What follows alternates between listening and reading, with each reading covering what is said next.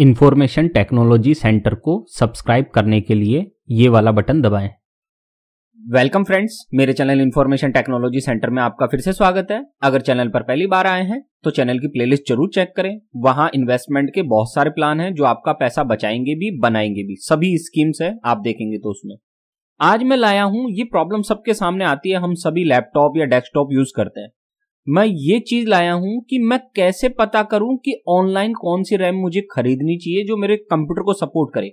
मैं कुछ भी नहीं जानता हूं रैम के बारे में, मैं कंप्यूटर के बारे में कुछ भी नहीं जानता, लेकिन मेरे कंप्यूटर को मुझे अपग्रेड करना है। पहले 4 GB रैम थी या 8 GB थी, अब मैं 16 करना चाहता हूं, 32 करना चाहता हूं। तो मैं ये कैसे करूं? मैं कुछ भी नहीं जानता, फिर भी मैं इस काम को कैसे करूं, उसके लिए ही है वीडियो। आप बिल्कुल अगर कुछ भी नहीं जानते हैं तो आप इस वीडियो को देखें और आप ऑनलाइन कैसे रैम खरीदे, कौन सी रैम खरीदे, मैं सारी जानकारी इसमें देने वाला हूं। तो ये है RAM buying guide in simplest way. तो चलते हैं वीडियो पर। सबसे पहले कुछ बेसिक जानकारी जरूर मैं बता दूं। 4 थिंग्स टू रिमेंबर, किसके लिए कि रैम कौन सी लेनी है, उसके लिए 4 चीजों का पता होना जरूरी है, वरना हम गलत रैम ले लेंगे। पहली चीज है maximum amount of RAM capacity supported, 32 GB, 16 GB और मोर। आपको ये पता होना चाहिए कि आपका कंप्यूटर या लैपटॉप कितने जीबी की रैम को सपोर्ट करता है। मैक्सिमम 16 GB की करता है, 32 GB की, 128 GB की, 256 GB की, कितनी जीबी की मैक्सिमम सपोर्ट करता है, ये आपको पता होना चाहिए। दूसरी चीज, नंबर ऑफ रैम स्लॉट्स कितने हैं, 2 स्लॉट है, 4 स्लॉट है या सिंगल स्लॉट वाला है, ये सब मैं बताऊंगा अभी आपको। मैं बताऊंगा, आपको कुछ पता करने की जरूरत नहीं है, मैं सिखा दूंगा अभी। तीसरा है टाइप्स ऑफ रैम, DDR4 है या DDR3 है, DDR2 है, कौन सी है आपकी, ये आपको पता होना चाहिए। फोर्थ है मैक्सिमम क्लॉक स्पीड, ये भी बहुत इंपॉर्टेंट है कि क्लॉक स्पीड मैक्सिमम कितनी है रैम की आपकी, वो भी आपको पता होना चाहिए, तभी आप ये रैम ले सकते हैं। अब देखो, देखने में तो ये बहुत कठिन लग रहा होगा आपको कि कैसे पता करें। अब मैं आपको 1 by 1 करके एकदम सरल तरीके से समझाने वाला हूं, क्योंकि मैंने भी अभी जस्ट एक ऑनलाइन बाय की है रैम और उसको मैंने अपने कंप्यूटर में इसी मेथड से अटैच किया है, ठीक है ना। तो आप भी ऐसा करके अपने कंप्यूटर को अपग्रेड कर सकते हैं। तो देखिए, सबसे पहले हम देख लेते हैं पहला point, maximum amount of RAM capacity supported कितनी है हमारे कंप्यूटर में। उसके लिए हमको यूज करना होगा एक कमांड है UCMD कमांड। विंडो की प्लस R की जब दबाएंगे तब हमारे पास ये रन कमांड होता है। विंडो की प्लस R जब हम टाइप करते हैं तो रन कमांड आता है, और जब उसमें टाइप करते हैं तो CMD कमांड आता है, और तब हम एंटर करते हैं। मैं इसको भी अभी प्रैक्टिकल समझाने वाला हूं। पहले मैं थ्योरेटिकल बताता हूं, हमेशा आपको पता है, फिर प्रैक्टिकल। अब यहां खास बात है, सर हमको विंडो की का पता नहीं है, तो मैं आपको बता देता हूं। देखिए, विंडो की कौन सी होती है, ये वाली की। ये की आपके जो आपका कीबोर्ड है उसके लेफ्ट हैंड साइड में भी हो सकती है, कंट्रोल के बगल में, या आप इस साइड में देखेंगे ना तो यहां पे भी हो सकती है। तो ये दोनों जगह ही होती है, इसे ही हम विंडो की कहते हैं। तो आपको कौन कौन सी की दबानी है, एक तो ये विंडो की दबानी है, चाहे से लेफ्ट की दबाएं या राइट की, कोई फर्क नहीं पड़ता, दोनों को एक साथ दबाना है, विंडो की को और कौन सा बटन, R बटन। विंडो की और R बटन, उन दोनों को जब आप दबाएंगे तो क्या होगा, देखिए। तो मैं आपको ले चलता हूं, देखिए कैसे। मैंने दबाया विंडो प्लस R की, तो ये जैसे ही मैंने विंडो प्लस R की दबाई, मेरे पास कौन सा कमांड आ गया, रन कमांड। रन कमांड आ गया। अब इसमें हमको क्या टाइप करना है, CMD। ध्यान रखना, स्मॉल लेटर्स में लिखना है CMD, और CMD लगा के आप ओके पर क्लिक कर दे बस। ये ओके पे मैंने क्लिक किया। अब जैसे ही ओके पे क्लिक किया, ये मेरा कमांड सेंटर खुल चुका है, ये कमांड प्रॉम्प्ट आ चुका है। अब यहां पे क्या करना है, उसके लिए देखिए मैं बता दूं आपको क्या करना है। हम आगे बढ़ते हैं वीडियो में। अब यहां हमको क्या करना है, तो उसके लिए देख लीजिए, टाइप दिस कमांड और copy paste from this description of the video. आपको ये कमांड या तो टाइप करना है या मैं डिस्क्रिप्शन में ऐसे कैसे दे दूंगा, उसको कॉपी पेस्ट कर देना, ठीक है। तो देखिए, ये हमारा कमांड प्रॉम्प्ट है। आप चाहें तो ऐसे के ऐसे टाइप कर लें इस कमांड को पूरे को, या चाहें तो पेस्ट कर दे। मैंने लिंक दे दिया है। जैसे ही मैंने पेस्ट किया है, ये देखिए, ये सारा का सारा ऐसे निकल के आ जाएगा। जैसे ही मैंने पेस्ट किया, ये ऐसे कैसे निकल के आ जाएगा। और अगर आप पेस्ट नहीं करते और इसको लिखते हैं, तो लिखने के बाद इसको क्या करना, आप एंटर का बटन दबाना। आपके कीबोर्ड में जो एंटर का बटन है ना, वो दबा देना। ये देखिए, WMIC स्पेस फिर MEM physical space GET get space max capacity comma space memory devices, फिर एंटर दबाना है आपको अगर लिखना चाहते हैं। और अगर डायरेक्ट मेरा कॉपी करके पेस्ट करेंगे तो ऑटोमेटिकली ये निकल के आ जाएगा। अब जैसे ही निकल के आया है आप चेक कर सकते हैं कि यहां मैक्सिमम जो कैपेसिटी है वो आप देख सकते हैं ये आ गई है मेरी। और मेमोरी डिवाइसेस कितनी है? 2 है मेरे पास। ठीक है, ये मेरे पास कितने स्लॉट्स है? 2 स्लॉट्स है। हो सकता है आपके यहां एक आए, मेरे यहां 2 आ रहा है क्योंकि मेरे अभी 2 रैम लगी हुई है। मैं स्लॉट्स अभी और अलग से दिखा दूंगा आपको कि कितने स्लॉट है आपके पास, वो और बता दूंगा। ठीक है ना। तो यहां मेमोरी कैपेसिटी कितनी आई मेरी? 134, 21, 77, 28। अब ये कितनी है? ये मैक्सिमम कैपेसिटी है, ध्यान रखना। तो कितनी आई है उसके लिए हम कैलकुलेटर का यूज करेंगे। मैंने आपके लिए पहले ही कर रखा है। तो मैंने इस 134, 21, 77, 28 को यहां लिख दिया है और इसको 10 लाख से भाग लगाना है। कितने से भाग लगाओगे आप? 10 लाख से। देखिए कितनी जीरो है? 00000, यानी कि 6 जीरो लगाकर आपको भाग देना है, यानी कि 10 लाख से आपको भाग देना है। और 10 लाख से जब भाग दोगे तो जितना अमाउंट आएगा, जैसे मेरे कितना आया 134, तो इसका मतलब है कि मेरा ये जो कंप्यूटर है 134 जीबी तक रैम सपोर्ट करता है। ध्यान से सुनना, मेरा ये कंप्यूटर 134 जीबी तक रैम को सपोर्ट करता है। ये कंप्यूटर बता रहा है, मैं नहीं बता रहा। हालांकि मैंने जब मेरी वेबसाइट पे जहां से मैंने ये कंप्यूटर लिया वहां चेक किया तो वो लिख रहे थे कि 32 GB supported, up to 32 GB supported. मैं यहां आके देख रहा हूं तो ये 134 जीबी तक सपोर्ट मुझे दिखा रहा है। मैंने अलग अलग वेबसाइट से और जितने भी यूट्यूब पे सारे हैं वीडियो और जितने भी स्पेशलिस्ट हैं उनसे भी पूछा तो उन्होंने भी यही कहा कि सर ये सही है, 134 जीबी तक दिखा रहा है। ठीक है ना। वैसे भी आजकल जनरली 32 जीबी आराम से सपोर्टेड है और नए लेटेस्ट जो कंप्यूटर आ रहा है, मेरा ये नया ही है कंप्यूटर, इसलिए 134 जीबी हो सकता है सपोर्ट दिखा रहा हो और वहां नहीं दिखा रहा हो डिस्क्रिप्शन में। ठीक है, तो ये आपका भी यहां दिखाएगा। मेरे पास लैपटॉप है, मैंने उसमें चेक किया तो उसमें भी सही आ रहा है।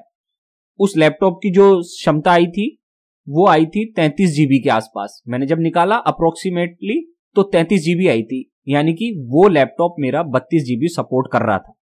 ये मेरा डेस्कटॉप है, ये 134 जीबी तक सपोर्ट कर रहा है। हालांकि मैंने अभी इसमें केवल 16 जीबी तक की ही रैम लगा रखी है। ठीक है, उसकी भी अभी हम बात करते हैं। तो ये हो गया क्लियर कि कैसे पता चले कि कितनी कैपेसिटी है आपकी इसकी। वो है मेरी 134 जीबी तक मैं इसको रैम को बढ़ा सकता हूं। ठीक, अब आगे बढ़ते हैं हम। तीसरा टाइप ऑफ रैम DDR4 है, DDR3 है, DDR2 है, इसके बारे में हम देखते हैं। और मैक्सिमम क्लॉक स्पीड इसके बारे में भी हम देखेंगे। लेकिन उससे पहले ये जरूर जान लें कि लैपटॉप के लिए रैम ले रहे हैं या डेस्कटॉप के लिए। अगर लैपटॉप के लिए रैम ले रहे हैं आप तो उसे कहते हैं SODIMM और डेस्कटॉप वाली रैम को कहते हैं DIMM। ध्यान रखना, DIMM हमारी कौन सी है? डेस्कटॉप वाली रैम। और SODIMM कौन सी है? लैपटॉप वाली रैम। अब हम सबसे पहले ये देख लेते हैं कि हमारी क्लॉक स्पीड क्या है और ये सारी हम देख लेते हैं किस टाइप की हमारी रैम लेनी है, कौन सी लेनी है। तो उसके लिए एक सॉफ्टवेयर है जिसका हम यूज करने वाले हैं, तो मैं आपको सॉफ्टवेयर पे ले चलता हूं।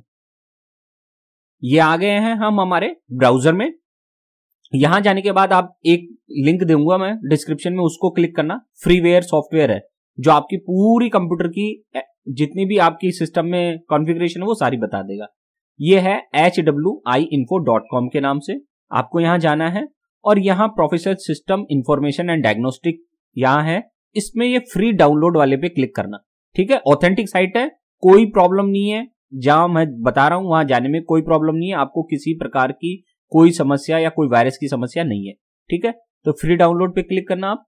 और जैसे फ्री डाउनलोड पे क्लिक करोगे यहां देखिए 3 ऑप्शन आ जाते हैं, इंस्टॉलर, पोर्टेबल। तो आपको इंस्टॉलर पे क्लिक करना है। कहां पे? नीचे की साइड में आके, यहां नहीं, इंस्टॉलर के नीचे आओगे और यहां क्लिक करना।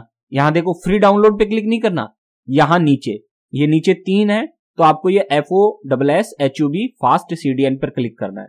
ठीक है, फास्ट CDN पे जैसे क्लिक करोगे नई विंडो खुल के आ जाएगी। और यहां इस सॉफ्टवेयर के 3 वर्जन है, 3-4 वर्जन है। एक बीटा वर्जन है, इंस्टॉलर है, पोर्टेबल है, ये है पोर्टेबल PF फॉर्मेट। तो आपको कौन से पे क्लिक करना है? HWIinfo इंस्टॉलर पर। ठीक, इंस्टॉलर पर क्लिक करना, हो सका तो मैं ये इसका लिंक डायरेक्ट दे दूंगा आपको, इसका डायरेक्ट लिंक भी दे दूंगा और इसका भी दे दूंगा। ठीक है, तो यहां इंस्टॉलर पे क्लिक करते हैं। तो जैसे इंस्टॉलर पे क्लिक करते हैं हमारे को ये बोलेगा कि सेव फाइल, तो आपको ये फाइल सेव कर लेनी है। और जैसे ही ये कंप्लीट हो जाए ये फाइल आपकी, तो आपको क्या कर देना है, इसको इंस्टॉल। अब जैसे मैं इसको इंस्टॉल कर देता हूं, ये देखिए मैं इसको इंस्टॉल करने जा रहा हूं, आपके सामने ही है HWI Info इंस्टॉलर। तो मैं इसको इंस्टॉल कर देता हूं।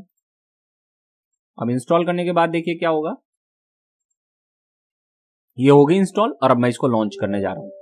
तो ये लॉन्च कर देते हैं अब इसको। तो यहां आपको रन कर देना है।